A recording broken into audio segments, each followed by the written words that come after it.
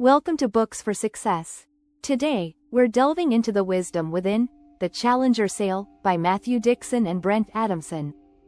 Sales strategies have changed. Instead of shilling one-size-fits-all products, today's top sales reps excel by providing a customized solution to a unique problem. To do this, these sales reps follow the Challenger selling model.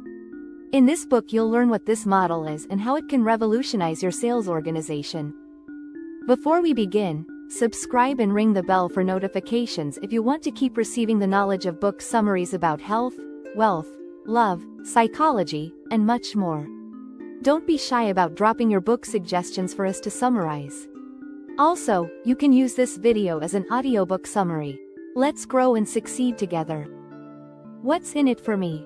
Learn the most effective, highest performing approach to selling. ABC.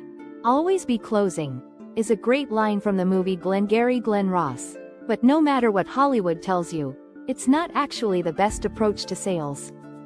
The cliché of the oil-tongued salesman with a pricey suit is seriously old school. Today's salespeople achieve success in a very different fashion. In these chapters, you'll explore research that authors Dixon and Brent Adamson have unearthed to discover today's effective salesman, the challenger. This is a person who isn't afraid to take control, winning sales through teaching and not through persuading. It's a huge paradigm shift in the world of sales. You'll learn quickly why the challenger technique is so effective and how you or your sales staff can become challengers too. Here you'll discover how a challenger salesperson embodies all the needed selling approaches, how to guide a conversation toward a sale without actually pitching a product, and why the most effective salesperson is disproportionately a challenger type. Effective sellers involve the customer and personalize the product. When you think about sales, what comes to mind? Perhaps slick, fast-talking sales reps closing deals? But why is it that we only ever think about the sales rep, and never about the customer? Sales isn't a one-way conversation. In fact, the most effective sales techniques put the customer first. Solution selling is one such technique.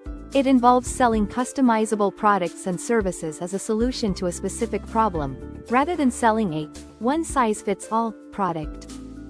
For instance, a car manufacturer wouldn't try to sell just any car to a bakery. Instead, a salesman would pitch a delivery truck customized to keep fresh bread warm. In other words, the car manufacturer would sell a solution to the bakery's concerns of delivering stale bread. So why is this approach so effective? Solution selling helps the seller differentiate himself from competitors as well as control prices. Look at it this way, the car manufacturer doesn't have to worry that his competitors also sell a very similar kind of truck. Also, there's no need to compete by lowering prices. After all, price is only part of the solution on offer. There's also customization. Solution selling does have its advantages. But it's also more challenging than other approaches, because it empowers customers to be more demanding, and also requires salespeople to find creative ways to ensure customer satisfaction. After all, a solution seller's job is all about solving the customer's specific problem, not foisting a ready-made package upon them. In other words, solution selling requires sales reps to do more than pitch. They have to work closely with the customer, finding out how her business works and researching every detail to offer a good solution. When it comes to solution selling, innovative sales reps who are challengers close deals. Solution selling is an effective approach, as it is essentially a dynamic interaction between sales reps and customers. And yet, it's important to realize that not all sales deals are conducive to this technique. After conducting a study based on 90 companies around the world, the authors discovered that there are essentially 5 types of sales representatives. First, there's the hard worker. These motivated overachievers put in twice the effort of everyone else on their team. Second, there's the relationship builder. Essentially, nice guys. These salespeople are always there for their customers, their colleagues, basically, everybody. They strive for success through quality relationships. Third, there's the lone wolf. This salesperson is one who never follows protocol, never writes a report, and won't or can't get on the team spirit bandwagon. In fact, you would probably fire him if he weren't so darned good at his job. Fourth, the reactive problem solvers. These employees are more customer-oriented than sales-oriented, but they're a lot less snuggly than the relationship builders. And finally, the challenger. Such salespeople have a deep knowledge of the customer, and enjoy debating details and pushing the envelope with innovative ideas and insights. Of these 5 types of salesperson, the challengers are undisputably the ones mostly likely to thrive in a solution-selling environment. Although you can find average performing sales reps among all of the types, almost 40% of the top sellers come from the challenger ranks. What's more, this jumps to over 50% when you look only at solution selling. In other words, a challenger is the best kind of sales representative when it comes to offering customers a solution. Let's take a closer look at what it is that makes challengers so special. Challenger salespeople are teachers at the core. They shine light on solutions for the prospect. What makes a challenger so effective at solution sales? One major aspect of the challenger technique comes down to teaching. And why is this quality so important? Let's first take a step back. Many companies don't realize that the average customer can't differentiate between various products and brands. So when it comes to making a purchasing decision, sales are often the deciding factor.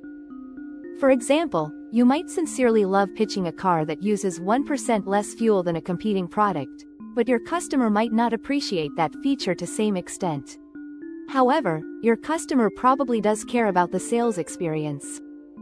In fact, the authors realized this when they conducted a study of over 5,000 customers. Their research showed that 53% of customer loyalty depends on the sales experience. That's huge. So since the sales experience is so important, what can you do to deliver a good one? Many salespeople think that it comes down to knowing the customer's business very well. And although you'll definitely need to know your way around, especially if your goal is to deliver a solution, a salesperson's ability to teach is what really makes the sales experience valuable for a customer. Sure, showing your prospect you understand their problems will demonstrate your empathy, but not much else. Because ultimately, empathizing doesn't concretely help your customer. But here's what does help them. When you know so much about their business that you can teach them something.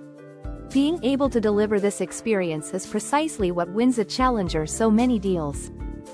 For instance, of course the baker would be pleased if you rattled of his entire product list and sympathized with his early wake-up time. But here's what will really help him. If you can explain why some breads can't survive a 5-mile transport without falling apart, and how your product can help solve this problem. A challenger controls the conversation and structures it skillfully to guide a customer to a solution. So challengers succeed by teaching a customer something about their business. Does that sound tough? It's not, and really comes down to thorough preparation, as you need to construct the conversation in a certain way. This is best achieved by mastering commercial teaching, which is all about teaching things that connect to your company's strengths. For instance, imagine a sales representative from an office furniture company meeting with someone whose company has just built a new office building. A good sales conversation between them would follow 6 steps. First, as a sales rep, you'd build your credibility through a hypothesis about the customer's business. You might point out that many of the new offices don't seem to be designed to encourage collaboration. Next, you'd reframe the problem or insight from a different perspective. You'd point out that effective collaboration happens in small groups of 3 to 4 people. Yet these new meeting rooms were designed for 8 people. After this, you'd explain why exactly the issue at hand is bigger than the customer may know. You'd share information with the customer, case studies that prove large conference rooms kill innovation. Then you demonstrate how the problem impacts the customer's business. You'd point out how when employees can't collaborate, company innovation stalls.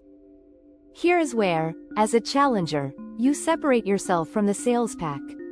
Now you offer something new to improve the client's current situation. Perhaps you say, you could divide one large conference room into 2 smaller spaces. And you have the solution, of course, at hand, yet you only offer your solution at the very end of the conversation. By now the prospect is convinced. They want to improve collaboration by splitting the conference rooms, but they don't know how. Luckily, you're selling movable walls. In other words, effective sales isn't just about pitching a product. It's about teaching and changing the perspective of your potential customer. It's crucial to make your solution attractive to every individual involved in the decision. As we mentioned earlier, solution selling involves the customer a lot more than other techniques. Challengers excel at this.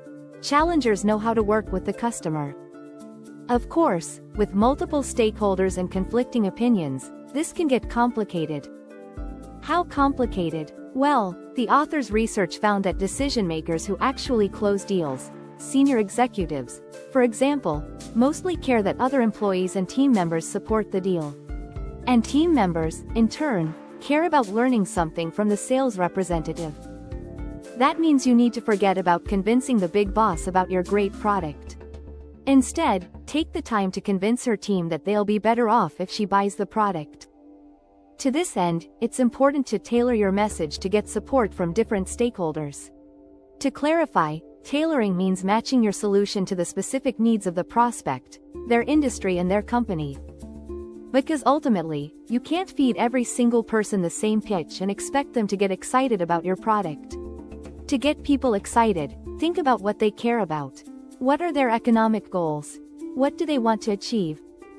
For example, a CEO might care most about cost savings while a human resources department head is more concerned with employee satisfaction. And even if the CEO is ultimately signing the deal, you might still have to tailor your message to satisfy HR first. So you don't want to waste time rambling about the versatility of movable walls when you're talking to an HR representative. Instead, teach him that collaboration happens in small groups of people and that using movable walls to divide the conference rooms will improve collaboration and innovation. And then, tailor the whole message in a way that underlines the fact that collaboration reduces stress and makes employees happy. Don't shy away from the steering wheel. A challenger takes control of a sale from the very start. Challengers also excel at taking control of the sale, from beginning to end. This means that they're comfortable enough with what they're offering to stand firm and insist that the prospect sees the value of the solution. This is important, as sales reps in general aren't comfortable taking control. In fact, most reps don't like talking about money or pushing the client to make a final decision. Shyness isn't the only factor at play in this behavior. Actually, according to a study conducted by Bay Group International, 75% of sales reps feel that procurement departments, which buy outside goods and services, have more power in a bargaining situation. But interestingly, the survey also found that procurement staffers thought sales reps were more influential. Knowing this, perhaps it will be easier for you to take control of the sale from the start. Don't wait until you sit down at the final stage to discuss money matters. Instead, take control from the very beginning. For instance, you should always demand to see a certain amount of interest from the prospective customer, by meeting with senior stakeholders, for example. This way you'll avoid finding yourself in a situation in which the prospect has already made up their mind to go with a competitor. In such cases, you'll be put in a meeting with junior executives, just because the company is curious about what else is on the market. So to avoid wasting time and money researching the company and preparing a good teaching conversation, ask when a senior stakeholder will get involved. And if you don't get a clear answer, you might want to start looking for a new prospect instead. And if this all seems like charm and magic to you, keep reading. We'll show you how to train even the shyest sales representative to make them a challenger, too. Share knowledge and solutions with your entire sales team, so you all can win together. If you're a sales manager, you might be wondering just how you can turn your sales reps into real challengers. Although some people pick up the challenger model instinctively, the ways to teach this model to individuals are also scalable throughout an organization. Here are 3 methods. First, to help foster teaching conversations, make sure as much information as possible about different prospect industries and companies is available for your reps. Tailoring can also be taught. It's easy to make a cheat sheet, explaining objectives for different positions in specific industries. While young reps might not know instinctively the different ways to approach a human resources executive and an accounting rep, they can certainly learn. And finally, you can teach the part of the challenger model that seems most closely connected with personal charm, taking control. While some sales reps can be passive, ready to give a customer anything she wants to get a deal signed, you can reverse this behavior. For instance, you can guide reps to alter their sales channels and teach them to change course if a senior executive doesn't get involved in the conversation at a certain point. Ultimately, your company is in the best position to teach a sales representative how to be a challenger. After all, the company over time has gathered useful information from dozens of individual sales. And since you have access to this treasure trove, you should share what works, and what doesn't. For instance, how could a sales representative for a furniture company know how to approach a fashion boutique, for example, when all he's dealt with in the past has been technology stores? As the manager, since you have the company's sales history at your fingertips, you can easily help your reps connect the dots and rethink what approach would work best in each situation. In other words, if you already have the answers, make sure your reps do too. If you're ready to make your company a challenger shop, make sure your managers are on board. Here's the last key piece of advice to turning your sales team into a team of challengers. Managers are important. In fact, you can't do anything without your managers being on board. As a business leader, you may make as many strategy decisions as you like, but at the end of the day, someone in your company has to execute them. And you can't expect the CEO or head of sales to go to every single sales representative to coach them on challenger selling, and then observe each selling opportunity to make sure they follow the model. Managers, however, can and should do that. Thus, you won't be able to execute the challenger sales model across your organization without first convincing your managers that it's a good idea. To that end, if you don't convince your managers of the strategy, they could very likely undermine your efforts. No matter how much time you spend coaching sales reps, for instance, it won't do any good if a manager then turns around and says a representative is spending too much time researching a prospect's business model. So, since you can't achieve anything without good managers, how can you find managers who will appreciate the challenger selling model and work toward it? Well, look for individuals with certain fundamental qualities, like integrity and reliability, as well as a good understanding of sales. It's also worth noting that these managers don't necessarily need years and years of challenger sales experience. They just have to be able to encourage challengers and not stand in their way. And once you have the right managers, you can overhaul your company's sales strategy and start winning more customers. Final words: the key message in this book. Selling today is all about offering a customized solution to address your customer's unique problem. The best way to do this is to learn valuable knowledge about your customer's industry, tailor it to each person involved in the buying decision, and take control of the conversation from beginning to end. In other words, you need to be a challenger. Actionable advice. When you're preparing to have a teaching conversation, pay attention to the unique aspects of your product others don't fully appreciate. Don't pay attention to attractive features or services, or elements that make your solution a good one, in a conventional sense. Instead, focus on a particular quality that you think is unique, but that others don't fully appreciate. And as soon as you figure out what those qualities are, try to figure out why other people don't value them as much as you do. Ask yourself, is there a way you can reframe these qualities for the customer to show her why they're so relevant and special? Thanks for being part of our insightful voyage. If our summary piqued your interest, we encourage you to dive into the complete book for a deeper understanding. Don't forget to like this video, subscribe for more content if you're new here, and share it with others who might find it valuable. Keep on reading, discovering, and advancing until our next adventure.